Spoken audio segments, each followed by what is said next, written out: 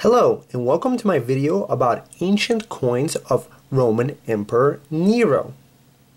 The purpose of this video is to orient you with the different ancient coins that Nero issued, a little bit about his history, and some great resources where you can actually buy authentic ancient Nero coins, and a lot of great books and a great video course I could recommend on the subject. So let's get started, my friends. My name is Ilya Zlobin, and I'm an enthusiast, expert, and dealer in ancient coins, and here's my presentation. Over here I have basically a selection of ancient coins of Emperor Nero, from some from the Roman Imperial Mint of Rome, and some of the provinces such as Alexandria in Egypt, and other lesser known provinces. So let's start with the first coin. This is a silver denarius coin of Emperor Nero. This one was struck circa 68 AD, towards the end of his reign. It has the Jupiter on the back, the king of the gods. And incidentally, the size of the gold coin of Nero's time, imagine this was gold. He issued this, the same design in gold also, would be around the same size. So we're talking about the size of the dime. So very interesting coin, and so this was called a denarius coin. That's a good name to know for future reference in case you're going to be collecting ancient Roman coins, as the denarius was issued from circa 200 BC during the Roman Republic to around about 215, 220 AD, and maybe even further, probably up until even 250, 260. So, silver coin of Emperor Nero. Next. Nero had several wives. This specific coin is actually super rare, as it features him and Statilia Messalina. I can't tell you much about Statilia Messalina, but I could definitely recommend a lot more about the references. But he apparently divorced her and wound up marrying this other wife, Papaya. Is this Papaya? Yeah, this is Papaya, definitely. Cool. Next coin I'm going to show you is a sestertius coin of Emperor Nero. Notice its size. This sestertius was the biggest bronze coin of the Roman mint, Rome mint, that was issued. One of the things to note about coinage of Emperor Nero is that he actually really had a high stylistic significance. He showed a really high stylistic significance to his coins. His coins are some of the most beautiful in the series. Incidentally, he's also one of the 12 Caesars that has been described as, as the famous 12 Caesars. That's one of the people to collect. What's interesting about this coin is that it shows the Arch of Nero. Actually, it's a very beautiful condition coin, very desirable, and nice large size to collect, and it's from circa 65 AD. Amazing to hold a coin of almost 2,000 years old, and you get to see it firsthand right here on YouTube. Cool. Next, as I mentioned, the provinces also issued coinage. Let me tell you a little bit about Roman provincial, also known as Greek imperial coinage. Roman provincial coins were issued in the provinces, that the Romans took under their control, and they used to be Hellenistic monarchies. When Cleopatra passed on, it became a Roman protectorate and pretty much a Roman province. So Alexandria in Egypt was the most important city of ancient Egypt. It was a place of grain trade, and they issued these big Bilon silver coins. Bilon means it's a little bit debased. It's not, higher condition silver like the Roman silver would have been. But nonetheless, it was still beautiful, large silver coins, and they were known as tetradrachms. That's an ancient Greek silver standard. So this one's from Alexandria in Egypt, and it features his wife Papaya. It's a little bit sad story with her that when he got angry at her and she was pregnant with his child, and he kind of kicked her, and both her and the child died. So yeah. Next, this actually a really decent condition coin of Nero. Notice that he was very much loved to eat. Emperor Nero loved to eat. He also was an artist. He liked playing the lyre. He liked also being an actor. By the way, in ancient times, actors were considered as you know, some of the lower strata of society, and also he liked even chariot racing. So he was one of these emperors that decided to, I guess, in his opinion, to live his life to his fullest. And you know, when he stabbed himself to death, he said, you know, what a great actor dies in me, in basically, so something along those lines. His mom, how he came to power is like this. His mom was, I believe, to be a niece of Roman Emperor Claudius, who was emperor previously to him, and his mom's name was Agrippina Jr. So she married her uncle, and Nero was adopted, and he was next in line with Claudius. Had a son named Britannicus, and you know, a real blood son that he had from a previous marriage. And basically, after they poisoned Claudius, the previous emperor, you know, Agrippina, with poisoned mushrooms, they poisoned the next son, the next guy in line, Britannicus. Poor guy, you know, he couldn't stand a chance. Let's see, Nero. So there's another coin of Alexandria in Egypt, tetradrachm coin. Notice these coins have different crowns.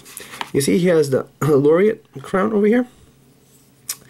This is a provincial issue, but in some cases you could actually tell a Roman Imperial mint, like a coin that was struck in Rome, the difference between a bronze as and a dupondius would be the crown would be radiate like this. This is called a radiate crown. This is called laureate. You know, this is laureate head, right? See? So this is a radiate head, right? That's how you would be able to tell between an as and a dupondius. I'm just bringing it up in case here. No, what's the difference? The dupondius was thicker than an as. You know, dupondi as, it means two asses. So it was a 2 as coin.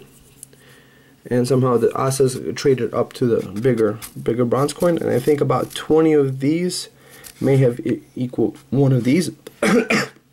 But you know, the whole the whole exchange rate, you're gonna have to look it up yourself later. Anyways, there's another tetradrachm coin, and this one actually features an interesting god, an amalgamation of Osiris and so, you know, pretty much it's an amalgamation of Osiris and Hades. The ancient Greeks believed that the ancient gods actually showed themselves in different manifestations to the different societies, and so this was kind of a mixture. This would be called a Greco-Egyptian god. So he had you know, the attributes of, you know, ancient Hades, and also of Osiris. You know, the one that was famous to have been, you know, cast all around Egypt, and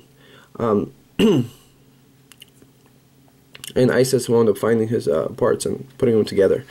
Next, this one is from Antioch. Antioch minted really great coins. It was one of the really big places in the East, and it's a nice big silver Greek coin. Has a nice eagle on it. The eagle was a symbol of Rome, also a symbol of Jupiter. You know, the Roman equivalent of Zeus. This one is standing on a club. That's kind of interesting. And you have the palm branch, also a symbol of victory. So very interesting. So we're talking about 65 to 66 AD, almost 2,000 years old. Amazing coin. Next, Alexandria. Basically, if you want nice big silver coins of Emperor Nero, Rome Mint only issued this kind of silver coins, but Alexandria in Egypt issued the tetradrachm coins. So if you want a nice big big coin of Emperor Nero in silver, the Alexandria Mint is one of the, really good places to get them from. What's interesting about this coin from Alexandria is that it actually features a ship. This is the only time that I've actually came across the ship. The ship is pretty much uncommon. Just like having papaya, and I had Nero and Octavio also in the past, but that one sold. So very interesting. Next, this is a Statius coin. Notice how nice condition it is. Oh, I didn't talk to you about this guy. This is the Temple of Janus. Temple of Janus, the front-facing facade. And what this coin celebrated was the declaration of peace throughout the Roman Empire. And the last time it was closed, it was more than 50 years earlier, to the best of my memory. And yeah, and Nero celebrated that on his coins. What's also interesting about this coin is it was cut in ancient times. Perhaps it was to be like a token or a game piece. The reason for it is kind of interesting, but some ancient coins were cut. I guess it would be more common to see silver coins like this to be cut in ancient times to make change. Like if you would cut this guy and make it 3/4 of a tetradrachm, but this one is an interesting enigma of history. So let me show you the Temple of Janus, where the image wasn't corrupted. So yeah, it's actually a really good coin, and it kept all the important information of the coin, the head of Nero, and the temple, all the good stuff. Next, there's another coin of Alexandria in Egypt, and this one features actually Roma seated. And it says Roma, pretty much Roma in ancient Greek. That's another thing with the Roman provincial coins, is that they had the titles of the emperor and name of the city, or other inscriptions in ancient Greek, or Coinage Greek, or the common Greek that was spoken in the area. So this coin is from circa 58-59, also of Alexandria in Egypt. Notice I'm showing you a lot of provincial coins, as that really is important to tie in significant, historically, as as the Roman Empire was pretty large. It encompassed, all of Italy, Europe, such as Germany, France, Spain. We're talking about Greece, all of Greece. We're talking about, ancient Turkey, ancient Egypt. So it just pretty much spanned the whole ancient world, mostly. It didn't go far east like Alexander wanted. Alexander got as far as India, but the Roman Empire never went that far. So this coin is actually really interesting because it shows Nero playing the lyre, or basically Apollo, him as Apollo, playing the lyre, and the whole story of Nero fiddling while Rome burned. One of the reasons that people consider that he was the cause of the fire is that he was trying to build a big palace, and coincidentally, after the fire cleared away a really large area in Rome, he built this really grand palace, and he had a large man-made lake, and there was a statue. The man-made lake wound up actually getting drained, and the Colosseum was built on top of it. But the humongous statue of Nero that he had for his palace, they wound up recalling it to be Helios, or the sun god, and they put it outside of the Colosseum, so it stood there for hundreds of years outside the Colosseum. And very interesting. Basically, Nero is an enigmatic character. We can try to judge him by modern standards, what a glutton, this and that. But we're also talking about a different historical context where you had what was called the Julio-Claudian dynasty, and he was actually the last of it. And afterwards, you had the the Vespasian dynasty. What is it called? Yeah, but basically, he was the last of a whole dynasty where there was a lot of political intrigue, a lot of murders and poisonings. Just like his mom, poisoned the previous emperor for him to become emperor. And incidentally, he had his mom killed too. So yeah, judge that, you know, let history judge it. Next, this is a coin of Emperor Procurator Porcius Festus. Procurators were like Roman officials in Jerusalem area, and they issued coins. And this one, see it says Nero, N-E-R, Neronos, pretty much of Emperor Nero in a wreath. And this coin is of the Jerusalem Mint. And it's of Porcius Festus. And incidentally, what's interesting about it, significantly, is the biblical connection to this being the procurator. Perhaps maybe the next one was a procurator before whom, but one of these two was a procurator before whom, I think this one, before whom St. Paul was brought for trial, and then later he was sent to, you know, Rome to see Nero. So very interesting. And here's a coin from that actually features Nero's name and also Britannicus's name. You know, his stepbrother. Yeah, this is an interesting situation where, yeah, this is right around when he became emperor. The previous emperor Claudius got poisoned, and yeah, Britannicus's name is on this coin. Britannicus coins, they're pretty rare. I have a portrait coin. It's also of the provinces, but if you want the Sestertius coin, it's super rare. Some consider it to have been, you know, not struck as a really super widely circulated issue. But, yeah. So, also what happened was Nero, having built a humongous palace, and he really didn't care about what the military did in the empire, or basically he wanted taxes, and he said, hey, listen, tax collectors in the empire, just give me money, and I don't care how you get it. And some of the, you know, provinces that were under control was the Jerusalem area, Judea.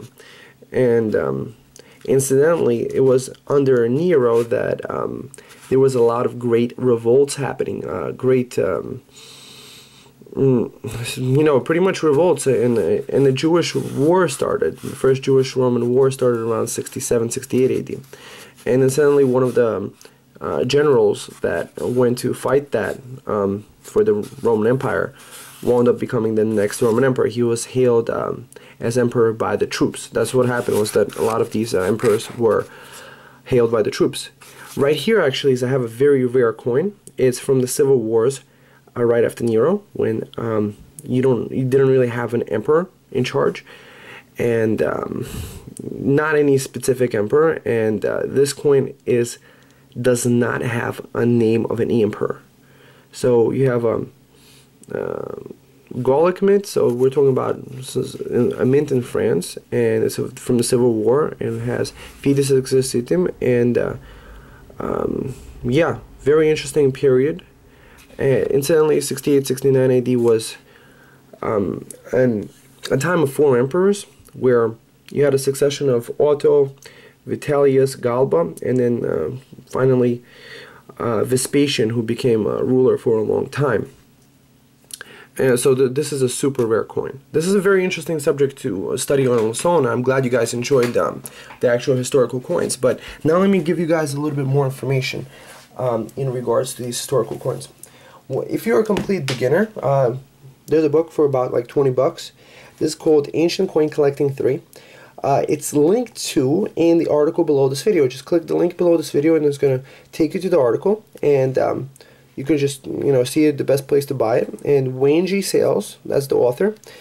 And this book has very little short, concise histories of all these different emperors. It shows some of their coins. It shows some of their historical context. We just passed Nero, and we just saw Agrippina. So, very decent book. And if you're not spending a lot of money, very good book to have on your shelf in regards to the collecting of ancient Roman coins, specifically Roman Imperial coins. Next, if you have a little bit more money, this book is actually out of print for a long time, but this is by David Alvaghi. David Alvaghi is a very, very important author. He works in the CNG now, actually NGC, sorry, Numismatic Guarantee Corporation, and he wrote this really good reference work where he has these very nice, short, concise histories, but the book is actually, you could say, very, very well done. The benefit of this book also is that it gives you the connection, you know, who was there, you know, when they were Caesars and all this stuff, and very good to understand. But this book could be easily $300, you know, in used condition because it's out of print. Maybe they'll reprint it, but really, really good book in order to learn it. Next, Greek Imperial Coins by David Arceo. I cite this guy quite often. A lot of these provincial issue coins are in here, but it's obviously he couldn't have covered all of the provincial, you know, issue coins or Greek Imperial coins in just the small book. So it gives you a small bird's eye view, but it's still a really good reference to have. Very inexpensive, and yeah, good book on the subject. Next, if you want to know a lot more about the life of Nero, there was an author by the name of Michael Grant, and he wrote this book called Nero. Oh, this is actually interesting. It features on the front cover young Nero and Agrippina, his mom. The coins that, you know, feature Nero and Agrippina are quite rare. And let's see, Emperor in Revolt Nero, Michael Grant. This book is amazing. It has amazing pictures of coins, the historical context, artifacts, and all the such. This might be a really good book to pick up also on the subject of Emperor Nero. So yeah, very good. That's also linked to in the article below. You know, I decided to put together something where a person could just learn all about it, and if you guys want to, you can, you know, buy a coin from me too, but you know, that's not necessary. The great courses, I highly recommend this company. They basically issue DVD courses where they took this, you know, top professor by the name of Garrett G. Fagan, and they have a lot of other professors on the historical context. So very good course, and I'll have that link too below in the article also. But next, let me tell you about some of the reasons why people love to, you know, deal with me when in regards to start, you know, ancient coin collecting. I basically provide every coin with a professional lifetime guarantee, you know, certificate of authenticity and a lifetime guarantee of authenticity, including my signature and a professional description of the coin with a photo.